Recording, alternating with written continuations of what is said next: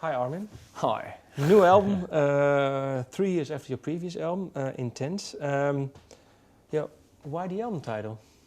The album is called Intense because, well, not only my life is pretty intense at the moment with being a father and traveling so much around the world, but also because all the tracks are pretty intense by themselves. I mean, on the one hand, you have pretty depressing titles like Alone and This Is What It Feels Like, which is about losing a loved one.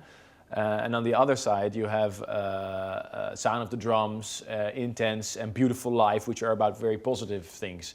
So I was thinking like, wow, this is actually pretty remarkable that all the tracks on the album are about the extremes of life. And I think Intense also stands for the fact that I feel a little bit more comfortable with my own road right now. Doesn't mean I'm there yet, but with this album, I feel, even though I worked hardest on this album, spent the most hours on this album, more than any previous album, this album sort of wrote itself. And with that, I mean, like, I sat in the studio and I had fun. I didn't try to force anything. I didn't try to force a new sound. It's very much a trance album. It's an Armin van Buuren album, but I just had a lot of fun working with several collaborations or making tracks on my own in the studio, just doing stuff that really appealed to myself rather than trying to make stuff to be commercial or making stuff only for my fans. Of course, I would really appreciate it if my fans would like it. I mean, this is a dream, but when I'm in the studio, I don't have my fans there. I just have myself and my feelings. So I make an album which really appeals to me. You know, I have to listen to the album in 10 years from now and still be happy with it. Well, then looking back on your previous albums, did you have that feeling? Well, do you have the feeling not always now when you listen to those albums? Do you think, well, maybe I was a bit too forced on certain Yeah, songs? I think on previous albums maybe I was trying too hard, you know, try to be trancey or try to be non-trancey or try to make a chill out track or try to make an ambient track. For this album, I did not have a rule for myself. Oh, I need to have a single or I need to have, you know, a track like this or like that. I had certain ideas about stuff I wanted to try on the album.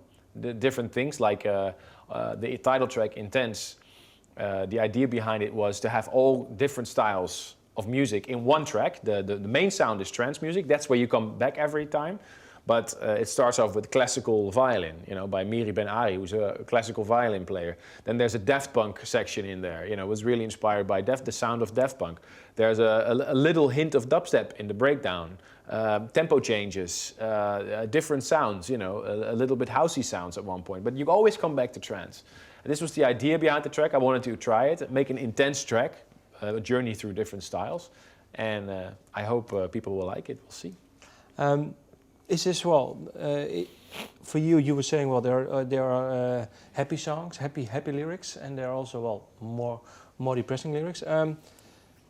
How come?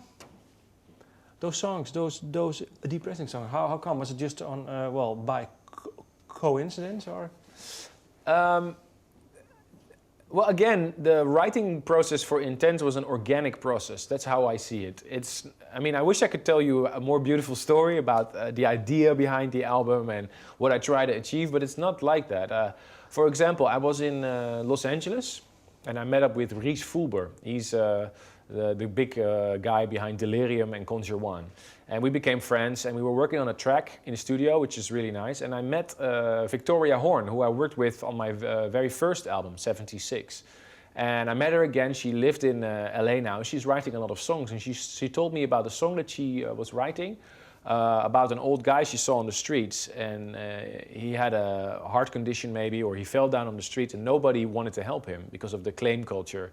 And everybody was afraid to get sued if they made a mistake. So she had an idea to write a song about, are we alone? You know, why is nobody looking after each other anymore? You know, and she was so angry when she saw that happening, and she went up to this guy and tried to help him.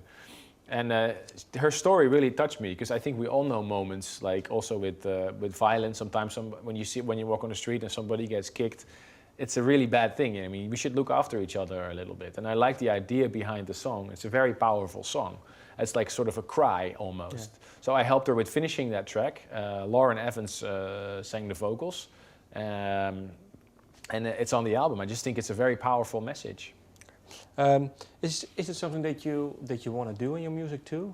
messages sometimes, like well, like you were saying this song, for example? No, I'm not the type of person that wants to really tell a message. Also, I think there's a lot of messages in my songs that are more personal, but I don't feel the need to explain all my messages, you know, because I think it's important that people give their own meanings to my music, because music is very personal. And if you find a meaning in my music and you're happy with it, that's fine. You know, I'm not going to explain you all my songs.